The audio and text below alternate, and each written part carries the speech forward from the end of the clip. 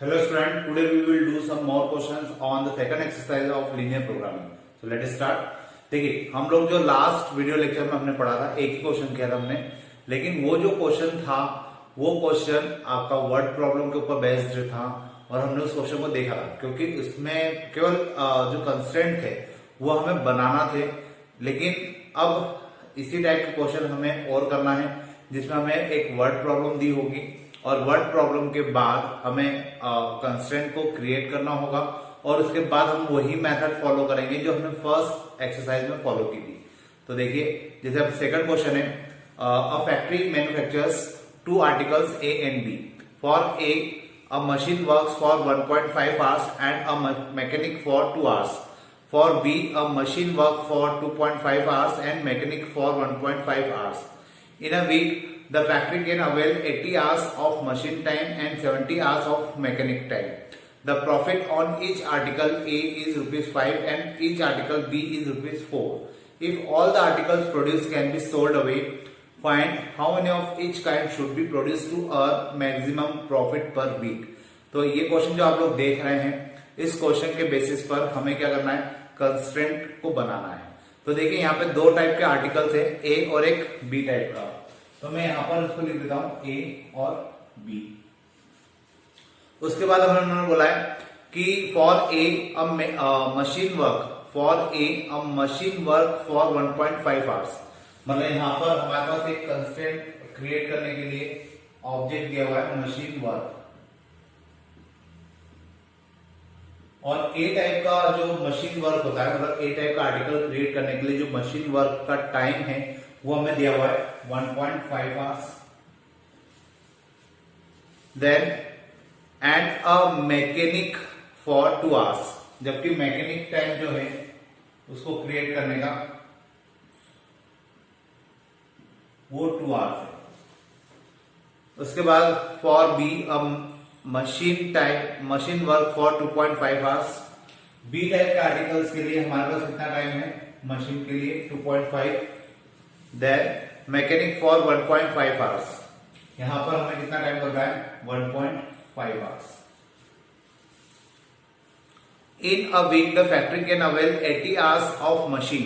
अब देखिए यहां पे उन्होंने कंडीशन दे दी हमें, क्या कंडीशन दी है कि अगर हम लोग फैक्ट्री के हिसाब से मतलब जो वीक के पॉइंट ऑफ व्यू से बात करें तो एक वीक में कितना आवर्स, कितना टाइम टोटल हमें अवेलेबल है 80 आवर्स।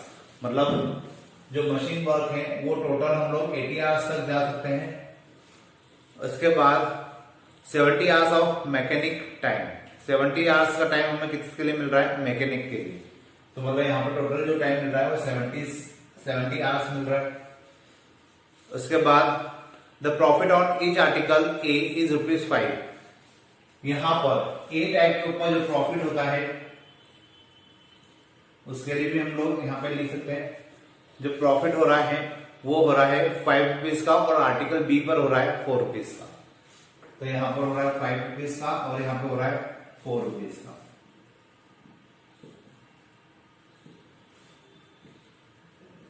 Total time. अब देखिए ये एक प्रकार से हमारा स्ट्रक्चर बन गया है। अब इस स्ट्रक्चर के बेसिस पर हम लोग क्या करेंगे, कंस्ट्रेंट क्रिएट करेंगे और कंस्ट्रेंट क्रिएट करने के बाद हम लोग इसी के ऊपर क्वेश्चन को सॉल्व करेंगे। तो देखिए काफी इजी क्वेश्चन है। यहां पर हमें निकालने के लिए बोला गया है find how many of each kind should be produce to earn maximum profit per week. हमें यहाँ पर क्या करना है, ए टाइप के आर्टिकल कितने बनाना चाहिए, बी टाइप के आर्टिकल कितने बनाना चाहिए, ताकि उनके कॉम्बिनेशन से हमें जो प्रॉफिट है वो मैक्सिमम हो पाए। तो हम लोग ये मान लेते हैं कि ए टाइप के जो आर्टिकल है उसकी क्वांटिटी हम लोग एक्स मानेंगे, मतलब एक्स टाइप के ए आर्टिकल बनाएंगे, और बी वाले जो आर्टिकल है वो हम लोग वाई बनाएंगे। मतलब बी टाइप के जो आर्टिकल्स हम लोगों को बनाना है उसका टाइप कितना होगा, क्वांटिटी कितनी होगी, वाई होगी। अब उसके बाद मुझे इस पूरे जो मैंने टेबल बनाई है, आप इसको चाहे तो टेबल के फॉर्म में भी लिख सकते हैं।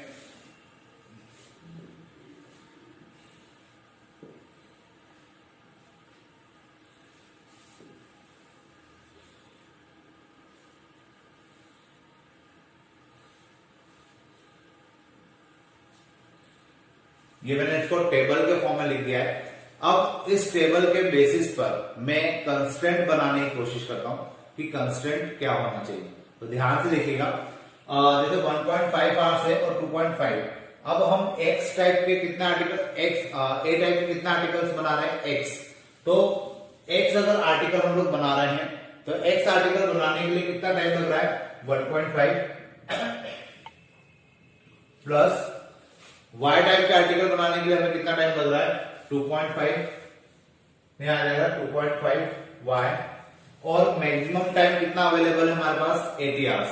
अब अगर 80 आवर्स का टाइम अवेलेबल है, मतलब 80 आवर्स से कम या विद इन 80 आवर्स हमें क्या करना होगा, इन आर्टिकल्स को कंप्लीट करना होगा। मतलब मैक्सिमम जो टाइम अवेलेबल है वो 80 आवर्स का है। तो इस प्रकार से मेरा फर्स्ट कंस्ट्रेंट कंप्लीट हो जाएगा।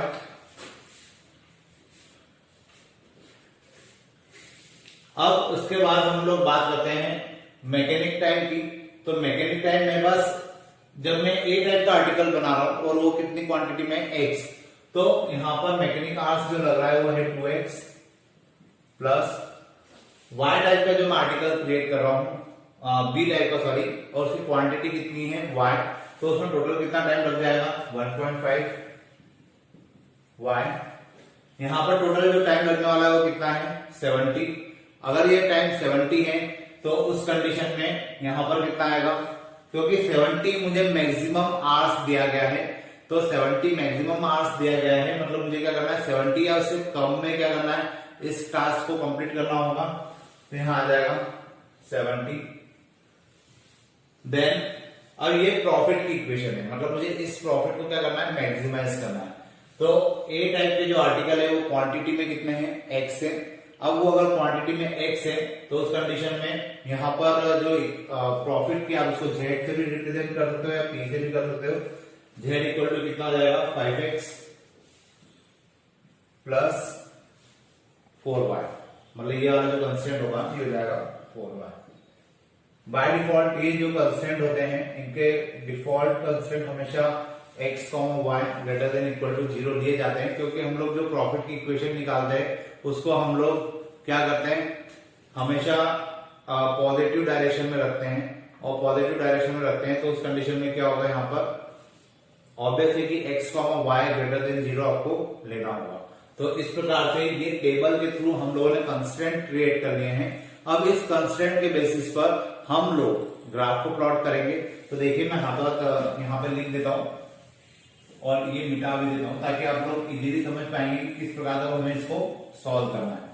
तो यहाँ पर ये जो कंस्ट्रेंट लिखे हैं इनको मैं यहाँ पे लिख देता हूं 1.5x 2.5 y less than equal to 80, 2x plus 1.5 y 70। जो प्रॉफिट की इक्वेशन होगी वो होगी z equal to 5x plus 4y और एक x का y जो डिफॉल्ट कंस्टेंट होंगे वो ये होगा। तो इस प्रकार से मेरी इक्वेशन बन जाएंगी या कंस्टेंट बन जाएंगे। अब इन्हीं कंस्टेंट को हम लोग क्या करेंगे, सॉल्व करेंगे और ग्राफ को प्लॉट करेंगे। तो बाकी की प्रोसेस सेम है, इसको थोड़ा सा सिंप्लीफाई कर लेते हैं क्योंकि ये पॉइंट में गिवन है और पॉइंट में गिवन है तो हमें प्रॉब्लम ना है, इसलिए इसको सिंप्लीफाई करना इजी टास्क होगा। ये हो जाएगा 15x अपॉन 10 प्लस 25 अपॉन 10 80। इसको मैं लिख सकता हूं 15x plus 25y equal to less than equal to 800। अब हम लोग चाहे इसको 15 से या 5 से डिवाइड कर लेते हैं तो ये हो जाएगा 3x प्लस 5y। इसको 5 से करेंगे तो 160 आ जाएगा। ये मेरी फर्स्ट कंस्टेंट हो जाएगा। इसको मैं लिख सकता हूं 3x plus 5y equal to 160। और अब इसके लिए हम लोग एक बॉक्स बना लेते हैं। यहां आ जाएगा x और यहां आ जाएगा y। x को रखा 0 तो y जो है x को 0 रखेंगे तो y उधर चला जाएगा, ये आएगा 32। फिर जब y को 0 रखेंगे तो x उधर जाएगा तो ये आ जाएगा 160 अपॉन 3। अब ये पॉइंट में कितना होगा ये आप लोग जब ग्राफ पेपर पे प्लॉट करेंगे तो आप लोग इजीली कर सकते हैं। मुझे भी फिलहाल पॉइंट के हिसाब से यहाँ पे वैल्यू रखना होगी। उसके बाद हम लोग बात करते हैं सेकंड इक्वेशन, सेकंड कंस्ट्रेंट की। ये हो जाएगा 2x plus 1.5y less than equal to 70। Then इसमें भी हम पॉइंट को हटा दें तो ये हो जाएगा 15/10y less than equal to 70। यहां आ जाएगा 20x plus 15y less than equal to 700। अब इसको भी हम लोग 5 से डिवाइड कर दें, then we gate 5x plus 3y। 5 से डिवाइड किया है तो 1, 4 और 0। अब इसके लिए हम लोग इक्वेशन क्या लिख सकते हैं, 4x plus 3y equal to 140। और इसके लिए अगर हम लोग बॉक्स क्रिएट करें, ये हो जाएगा x, ये हो जाएगा y। x की जगह 0 रखा तो y आ जाएगा 140/3। y की जगह 0 रखा तो ये हो जाएगा 70 और 35। अब देखिए यहाँ पे जो मेरे पास कोऑर्डिनेट आ रहे थे वो आ रहे थे 0,32 और 160/3, 0। जबकि इसके अकॉर्डिंग मेरे पास जो पॉइंट आएंगे वो जाएंगे 0,140/3 और यहाँ आ जाएगा 35,0। अब मुझे क्या करना है, ग्राफ प्लॉट करना है। तो देखिए 0,32 में यहां ले लेता हूं, फिर 160/3 जो होगा वो 53.33 होगा। तो 53.33 हम लोग यहां ले लेते हैं। यहां पे मैं पॉइंट लिख देता हूं 160/3, 0 और यहां लिख देते हैं 0,32। अब इन दोनों पॉइंट्स को अगर हम लोग मिलाएंगे तो ये कुछ इस प्रकार से बनेगी। और खातौर हम लोग उस लाइन के लिए जो इक्वेशन है वो भी कंस्टेंट है वो भी लिख लेते हैं, 3x plus 5y equal to 160। अब इसके बाद हम लोग बात करते हैं इसकी 140/3 जो होता है वो करीब हो जाएगा कितना, 140 को अगर आप 3 से डिवाइड करेंगे तो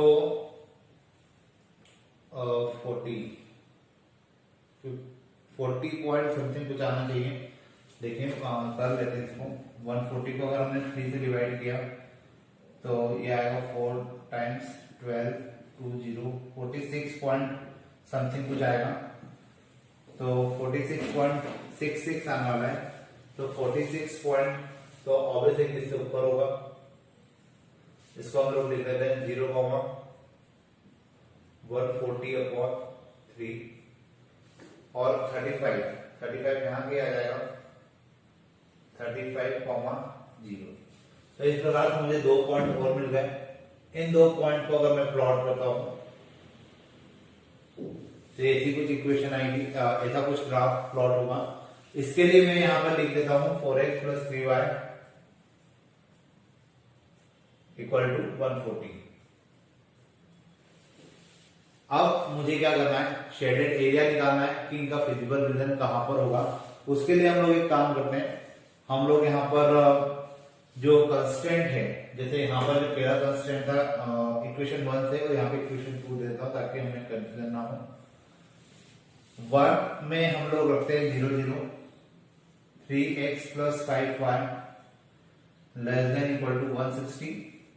यहाँ पे x की जगह पे 0 रखेंगे, y की जगह पे 0 रखेंगे, then we get 0 plus 0 less than equal to 160 and it is condition is true.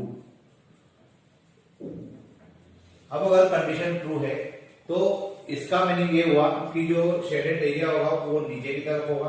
देखिए पूरे में शेडेड एरिया बनाने का मतलब नहीं है, मैंने केवल एक लाइन के नीचे एक एरो बना दिया ताकि मैं भी समझ पाऊं और जो चेक करने वाला है वो भी समझ पाएगा कि शेडेड एरिया किस तरफ है। हम लोग जो कॉमन शेडेड एरिया होगा केवल उसी को शेड करेंगे, बाकी के एरिया को शेड नहीं करेंगे। इसके बाद हम लोग बात करते हैं second equation, 4x plus 3y less than equal to 140। इसमें भी हम लोगों ने पुट किया 0 प्लस 0, 140, 0, 140 और कंडीशन क्या हो जाएगी, यहाँ पे ट्रू हो जाएगी। अब कंडीशन अगर यहाँ पे ट्रू होती है तो उस कंडीशन में ये क्या आ जाएगा, शेडेड एरिया इस साइड आएगा और देखा जाए तो दोनों का जो शेडेड एरिया होगा वो क्या होगा, कॉमन एरिया ये हो जाएगा।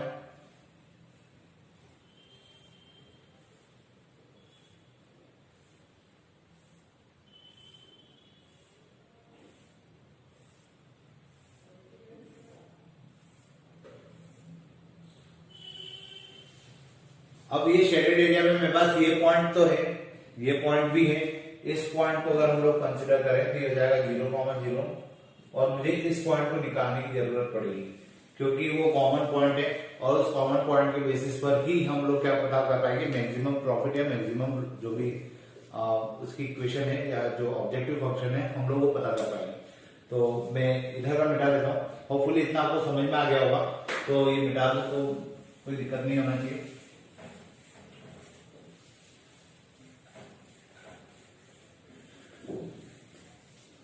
इसमें देखिए कि हम लोग अब इस पॉइंट को अगर निकालना चाहते हैं तो हमें क्या करना होगा, ये जो दो इक्वेशन है इनके इंटरसेक्शन पॉइंट हमें निकालना है।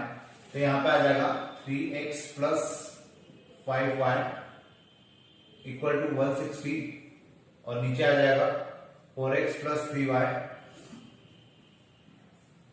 Equal to 140। यहां पे हम लोग मल्टीप्लाई करेंगे 3 का और यहां मल्टीप्लाई करेंगे 4 का। तो ये हो जाएगा 9x plus 15y equal to 480। यहां हो जाएगा 16x plus 12y equal to 56560। अब दोनों 16 12 ये हमने गड़बड़ की शायद, यहाँ पे 3 से 9 हो जाएगा, ये गड़बड़ कर दी हमने। हमें यहाँ मल्टीप्लाई करना है तो अपोजिट वाले मल्टीप्लाई करना है। 4 का मल्टीप्लाई हम लोग ऊपर करेंगे और 3 का मल्टीप्लाई हम लोग नीचे करेंगे। ये हो जाएगा 12x plus 20y equal to 640। इसका इसमें करेंगे then we get 12x plus 9y equal to 420। दोनों इक्वेशन को माइनस कर देते हैं then finally we get 11y and 0 2 and 2 220 y equal to 220 by 11 that is 20। y की वैल्यू अगर 20 आ रही है तो इस y की वैल्यू को हम लोग इक्वेशन 1 में रखते हैं तो ये हो जाएगा 3x plus 5y equal to 160। यहाँ पे आ जाएगा 3x plus 5 into 20 equal to 160। 3x plus 100 equal to 160। 3x equal to 60 and x equal to 20। मतलब देखा जाए तो यहां पर हमारे पास जो पॉइंट आ रहे हैं वो 20,20 आ रहे हैं। अब देखिए मेरे पास सारे फिजिबल रीजन निकला है, उसके सारे पॉइंट जो बाउंडेड पॉइंट है वो सारे निकल चुके हैं। अब हम लोग क्या करेंगे, इन पॉइंट्स को जो ऑब्जेक्टिव फंक्शन है उसमें रखेंगे और पता करेंगे कि किन पॉइंट्स के ऊपर आपका ऑब्जेक्टिव फंक्शन मैक्सिमम वैल्यू आपको दे रहा है। तो मेरे पास जो ऑब्जेक्टिव फंक्शन की इक्वेशन है वो है z equal to 5x plus 4y। अब हम लोग 1 बाय 1 पॉइंट रखते हैं। सबसे पहले 0 0 रख देते हैं for 0,0 z equal to 5 into 0 plus 4 into 0 and it is 0 for 35,0 z will be 5 into 35 plus 4 into 0 and it is 25 to 15 to 70 plus 0 that is 175. Now for 0,32 will z will be 5 into 0 plus 4 into 32 and it is that is 0 plus 8 and 12 128. Now last point for 20,20 z equal to 5 into 20 plus 4 into 20 and it is 100 plus 80 so it is 180. तो यहाँ पे जो maximum profit होगा is 180 क्योंकि 180 जो आ रहा है वो इन चारों के अंदर सबसे ज्यादा बड़ी वैल्यू है। और कौन से पॉइंट पर होगा, एट 20,20। तो ये जो आंसर की लाइन होगी, इससे हमें समझ में आएगा कि हमें ए टाइप के कितना आर्टिकल बनाना है, 20 आर्टिकल बनाना है, और बी टाइप के कितना आर्टिकल बनाना है, वो भी 20 बनाना है। तो आपको ये आंसर वाला पॉइंट लिखना जरूर है कि जो प्रॉफिट होगा वो होगा 120 का, सॉरी 180 का, और वो प्रॉफिट जो होगा वो होगा ए टाइप के आर्टिकल्स हम लोग कितने बनाएंगे, एक्स मतलब 20 बनाएंगे, और बी टाइप के कितने आर्टिकल्स हमें बनाने होंगे, तो वो भी 20 बनाना होंगे। तो इस प्रकार से हम लोग ग्राफ की मेथड से आइडेंटिफाई कर पाएंगे कि हमें किस प्रकार से कौन से पॉइंट के ऊपर मैक्सिमम प्रॉफिट हो सकता है। अब इसी टाइप के कुछ और क्वेश्चंस हम लोग आने वाले वीडियो लेक्चर्स में करेंगे। Hello student, today we will do the third question of the second exercise of linear programming. So let start. देखिए, हम लोग जो दो वीडियो लेक्चर आपने देखे, उन दोनों वीडियो लेक्चर्स में आपने ये तो समझा होगा कि किस प्रकार से अब हमें वर्ड प्रॉब्लम्स को सॉल्व करना है, और वर्ड प्रॉब्लम के बेसिस पर हमें कंस्ट्रेंट बनाना है। कंस्ट्रेंट बनाने के बाद हमें उनको सॉल्व करना है। फिर ऑब्जेक्टिव फंक्शन जो होता है उसको या तो मैक्सिमाइज करना होगा या उसको मिनिमाइज करना होगा। तो आज हम लोग वही करने वाले हैं। हम लोग थर्ड क्वेश्चन स्टार्ट करेंगे। इसके पहले की जो वीडियो लेक्चर है उसमें आपने फर्स्ट और सेकंड क्वेश्चन देखे होंगे, और होपफुली आपको वो समझ में भी आए होंगे, क्योंकि ये वर्ड प्रॉब्लम जो आती है, क्वेश्चन जो इसके आते हैं, ये 5 मार्क्स का क्वेश्चन आता है एग्जाम में, और इसी के बेसिस पर हमें नंबर भी मिलते हैं, क्योंकि सेकंड एक्सरसाइज ज्यादा इंपॉर्टेंट है बजाय फर्स्ट एक्सरसाइज के। फर्स्ट एक्सरसाइज से अगर कभी क्वेश्चन आएगा तो छोटा क्वेश्चन होगा, लेकिन उसके आने के चांसेस कम होते हैं। सेकंड एक्सरसाइज जो है, जो कि लास्ट एक्सरसाइज है, ये ज्यादा इंपॉर्टेंट है और इसमें से क्वेश्चन ज्यादा पूछे जाते हैं। तो आपको इस एक्सरसाइज को बहुत अच्छे से माइन्यूटली देखना है, समझना है, और कहीं प्रॉब्लम है तो आप लोग शेयर कर सकते हैं। फिलहाल हम लोग थर्ड क्वेश्चन की तरफ चलते हैं। जो क्वेश्चन है वो आपके सामने है, आप लोग देख सकते हैं। उसमें लिखा है, a firm make 2 type of furniture. यहाँ पर एक फर्म है जो 2 टाइप की फर्नीचर्स को बना रही है, चेयर्स एंड टेबल्स। और उसमें कौन कौन सा फर्नीचर है, एक तो चेयर है और एक टेबल है। द प्रॉफिट इज ₹20 पर चेयर एंड ₹30 पर टेबल। अब उसपे चेयर बनाने का जो प्रॉफिट होता है वो होता है ₹20 का, और टेबल बनाने का जो प्रॉफिट है वो है ₹30 का। Both product are processed on the 3 machine M1, M2 and M3। अब ये जो दोनों प्रोडक्ट है, मतलब टेबल और चेयर, ये दोनों को बनाने के लिए 3 मशीनों का यूज किया जा रहा है। एक है M1, एक है M2, एक है M3। Then the time required in hours by each product and total time available in hours per week on each machine are as follows। अब देखिए, यहाँ पे जो टाइम लगने वाला है प्रोडक्ट को बनाने के लिए, और टोटल जो टाइम अवेलेबल है, वो सभी हमें गिवन है। टेबल बना के उन्होंने हमें ये ऑलरेडी दिया हुआ है। अब देखिए, अगर आप नोटिस करेंगे तो लास्ट के जो 2 लेक्चर्स हमने देखे, या 2 क्वेश्चन जो हमने किए, उन 2 क्वेश्चन में हमने टेबल खुद बनाई थी, फिर उसके बेसिस पर कंस्ट्रेंट बनाए थे।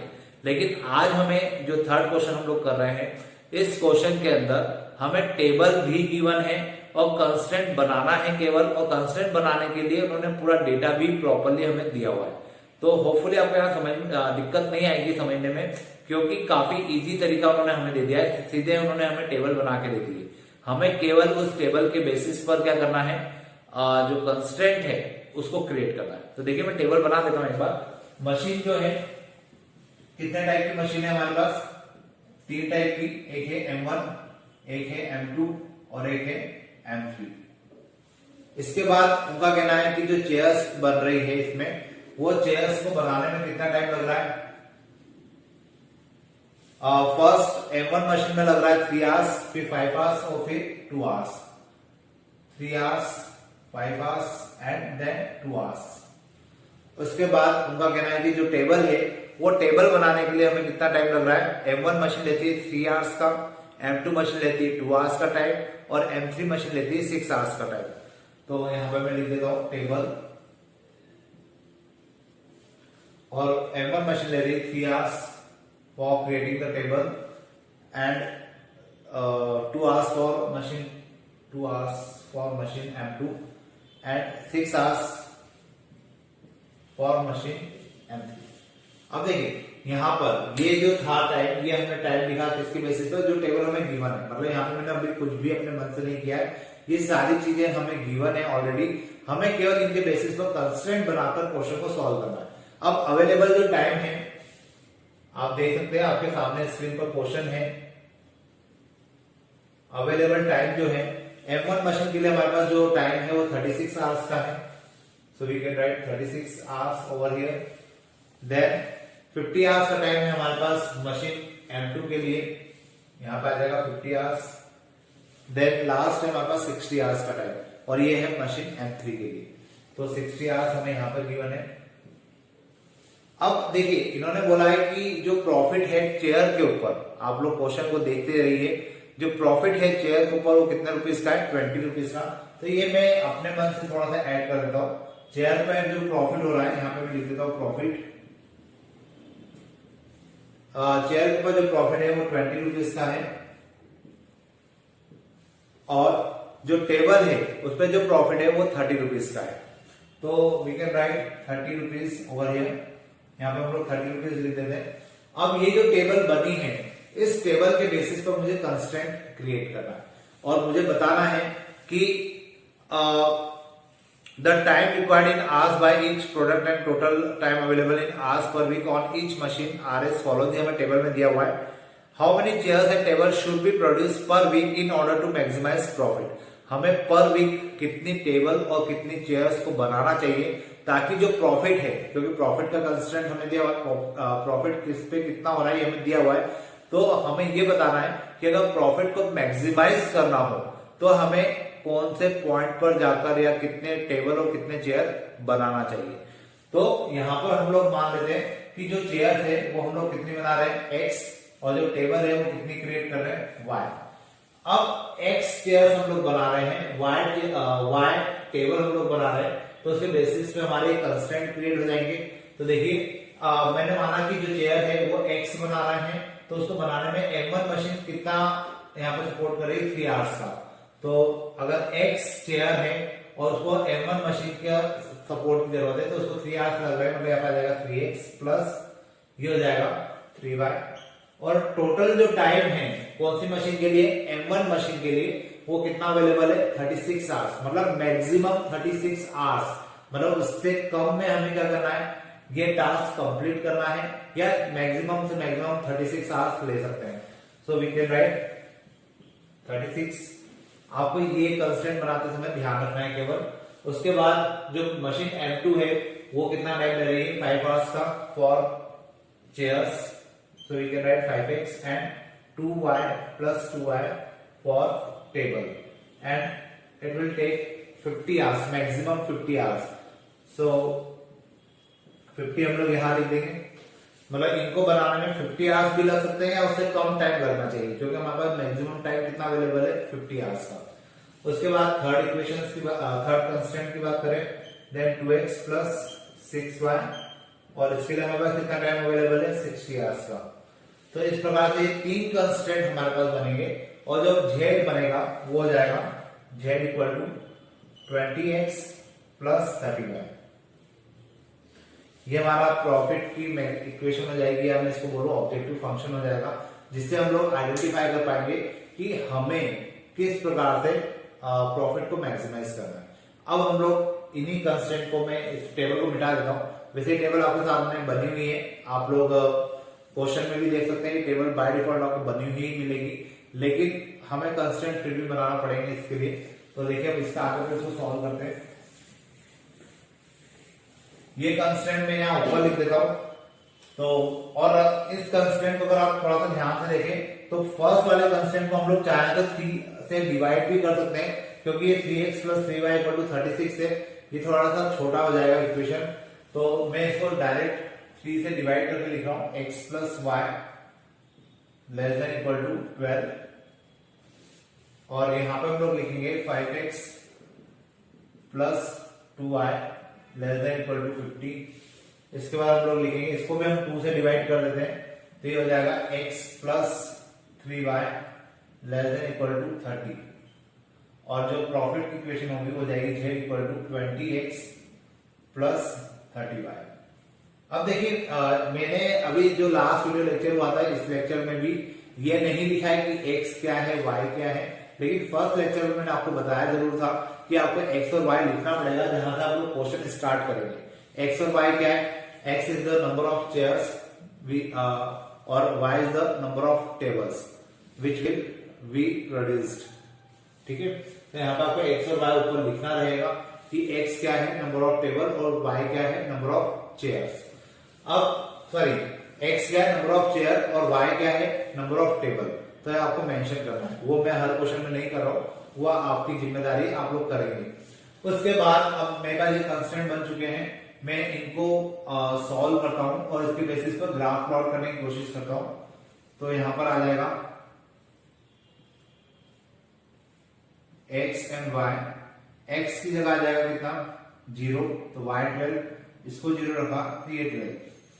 यहां पर मेरे पास जो कोऑर्डिनेट हो जाएंगे 0,12 और 12,0। इसके बाद हम लोग बात करते हैं 5x प्लस 2y की इक्वल टू 50। इसके लिए जो टेबल बनेगी वो कुछ इस प्रकार से बनेगी, x और y। x को रखा 0 तो we will get 25, y is 0, देन x is 10। तो यहां कोऑर्डिनेट आ जाएंगे 0,25 एंड 10,0। लास्ट इक्वेशन हमारे पास है, कंस्टेंट है x plus 3y equal to 30। और इसके लिए अगर हम लोग ग्राफ प्लॉट करें तो यहां आ जाएगा x y, x is 0 तो y आ जाएगा 10, y is 0 तो x आ जाएगा 30। यहां आ जाएगा 0,10 और 30,0। अब मुझे क्या करना है? इनके लिए ग्राफ प्लॉट करना है, और जैसे ही हम लोग ग्राफ प्लॉट करेंगे हमारा क्वेश्चन ऑलमोस्ट सॉल्व हो जाएगा। तो इसको मैं मिटा देता हूं, इसका यूज नहीं है। अब यहां पे हम लोग क्या करेंगे? ग्राफ प्लॉट करें, और इसके लिए ध्यान से देखिएगा 0,12 और 12,0। तो 0,12 में यहां कंसिडर कर लेता हूं 0,12 और 12,0। अब देखिए मैं आपको एक चीज और क्लियर करता हूं, यहाँ पे 3 कंस्टेंट है, 3 स्ट्रेट लाइन बनेगी। 3 स्ट्रेट लाइन बनेगी तो उसमें कंफ्यूजन हो सकता है अगर हम लोग प्लेन पेपर के ऊपर ग्राफ प्लॉट कर रहे हैं कि पॉइंट कहां पर, कौन से पॉइंट पर मिलेंगे। तो आपको ये जब आप लोग ग्राफ को प्रॉपर ग्राफ पेपर पे प्लॉट करेंगे तो आपको पता चलेगा कि एग्जैक्टली कितने पॉइंट कट हो रहे हैं, कितने पॉइंट हमें मिल रहा है। जो मैं अभी बात आपको कह रहा हूँ वो ग्राफ प्लॉट करके बताता हूँ, ताकि आपको क्लियर होगा कि मैं क्या कहना चाह रहा हूँ। This equation will be x plus y equal to 12. Now 0,25 and it is here over here and 10,0.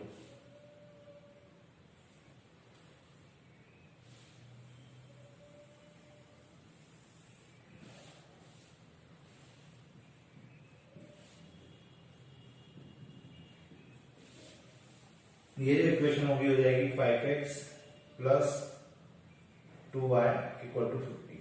अब देखिए मेरे पास अगर 2 स्ट्रेट लाइन है, 2 लाइन इक्वेशन है, तो इससे हम इजीली आइडेंटिफाई कर सकते हैं कि जो इंटरसेक्शन पॉइंट है वो कहां पर है और ग्राफ का जो शेडेड एरिया है वो किधर आएगा। लेकिन जब हमारे पास थर्ड लाइन होती है, जब थर्ड स्ट्रेट लाइन होती है ग्राफ के अंदर, तब हमारे लिए प्रॉब्लम क्रिएट होती है। और उसके लिए हमें थोड़ा सा ध्यान से देखना होगा। जब आप उसको ग्राफ पेपर पर बनाएंगे तो ही आपको एग्जैक्ट लोकेशन पता चलेगी। फिलहाल अभी मैं आपको करने का तरीका बता रहा हूँ, हो सकता है कि मेरा आंसर थोड़ा सा आगे पीछे आ सकता है।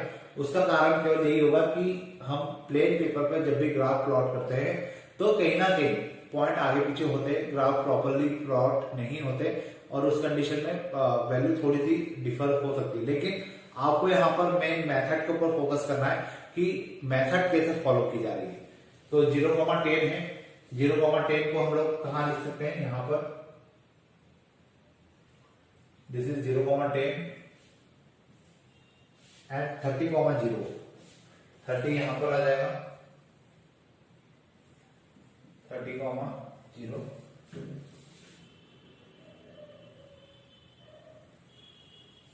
अब देखिए ये एक्चुअल में मैं आपको ये जो बात कहना चाह रहा था इसी कारण से कहना चाह रहा था कि अब यहाँ पे हम लोग श्योर नहीं है कि ये लाइन ऊपर से जा रही है या नीचे से जा रही है, लेकिन होपफुली मैंने सही बनाया है। अब यहाँ पे इतना सा जरा सा पॉइंट बन रहा है, तो आपको इसी को आइडेंटिफाई करने के लिए थोड़ा सा ध्यान रखना पड़ेगा। यहाँ पे आ जाएगा x plus 3y equal to 30। अब मुझे ये सारे पॉइंट निकालने के पहले मुझे ये देखना होगा कि शेयर्ड एरिया कहाँ पे बन रहा है। तो हम लोग 1/1 इक्वेशन लेते हैं। x plus y less than 12, 0 plus 0 रहा 12 एंड कंडीशन इज ट्रू। तो उस कंडीशन में इसका जो शेडेड एरिया है वो तो नीचे की तरफ आएगा। फिर हम लोग सेकंड कंस्टेंट की बात करते हैं। 5x plus 2y less than equal to 50। यहां पे हमने 0 रखा प्लस 0 50 0 50। कंडीशन यहां पे भी ट्रू आ रही है, मतलब इसका जो एरिया है वो भी नीचे की तरफ ही आएगा। उसके बाद हम लोग बात करते हैं थर्ड कंस्टेंट की। थर्ड कंस्टेंट में यहां लिख देता हूं x plus 3y less than equal to 30, 0 plus 0 30 0 30। Condition अभी भी क्या है यहाँ पे ट्रू है, तो मतलब इसके लिए भी कहां पर आएगा नीचे की तरफ। अब तीनों का जो एरिया है वो नीचे की तरफ आ रहा है, मतलब देखा जाए तो तीनों का जो शेडेड एरिया होगा वो इस तरफ होगा। तो हमें इस पॉइंट की जरूरत पड़ेगी।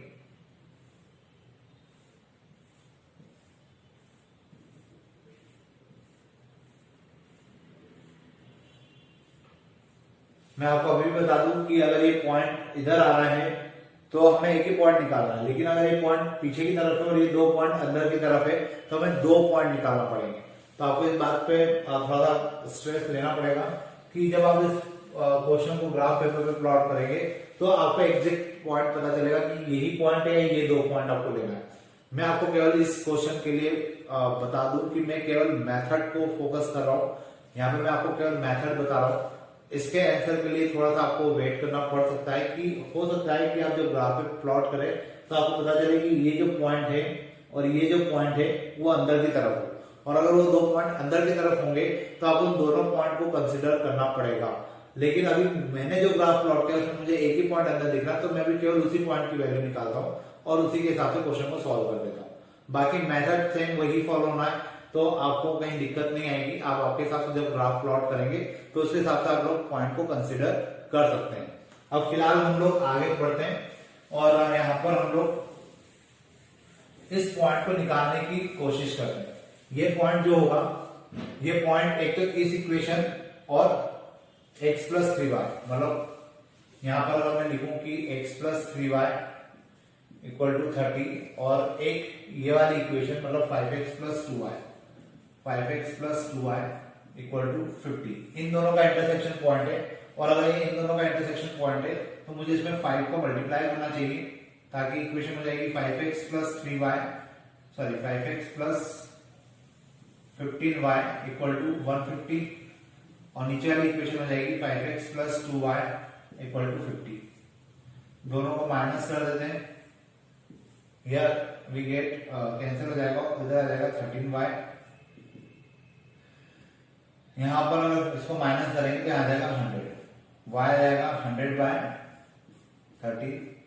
अब 100/13 को हम लोग फर्स्ट इक्वेशन में अगर रख दें तो ये हो जाएगा x plus 3y equal to 30, x plus 3 into y की जगह आ जाएगा 100/13 equal to 30, x equal to 30 minus 300/13,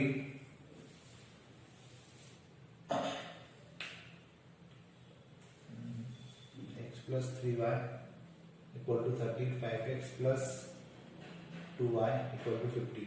इसमें 5 को मल्टीप्लाई किया 5x, यहाँ पर आ जाएगा 15y, यहाँ पर आ जाएगा 150, 5x 2y एंड 50, ये कैंसिल हो जाएगा, यहाँ आ जाएगा 13, 100/13, 100/13 y की वैल्यू जाएगी, इसको यहाँ पुट करेंगे 100/13, ठीक है, ये जाएगा 300 और ये जाएगा 13।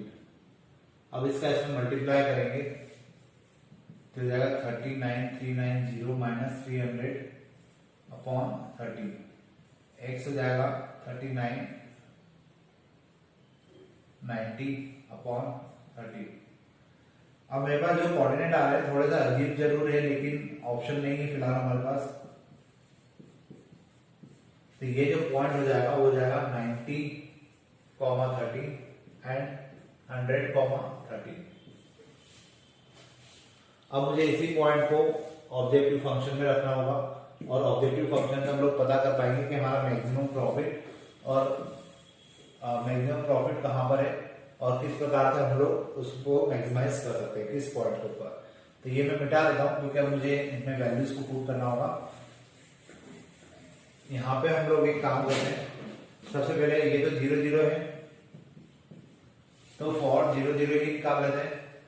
0,0 z equal to 20 multiply 0 plus 30 multiply 0 and it is 0 for 10,0 z will be 20 into 10 plus 30 into 0 and it is 200.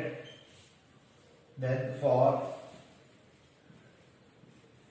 0,10 z will be z equal to 20 into 0 plus 30 into 10 and it is 300. For the last point 90 by 30 and 100 by 30 and z will be z equal to 20 into 90 upon 100 sorry 30 plus 100 sorry यहाँ पे आ जाएगा कितना 30 into 100 by 30 and it is 1800 upon 30 plus this is 3000 upon 30 and it is 4800 upon 30। अगर मैं इसको divide कर दूं तो यहाँ पर कितना आएगा 48 को अगर हम लोग 13 से डिवाइड करते हैं देन 3 39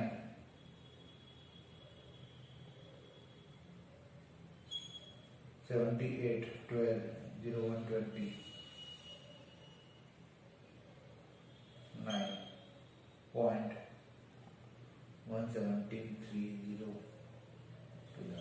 369.2 समथिंग कुछ आ रहा है, जो कि आपका शायद सभी से मैक्सिमम है। यहाँ पे 0 आ रहा है, यहाँ पे 200 आ रहा है, यहाँ 300 आ रहा है, यहाँ पे 369.2 आ रहा है।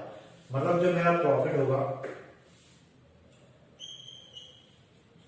मैक्सिमम प्रॉफिट इज कितना हो जाएगा यहाँ पे 369.2 8 पॉइंट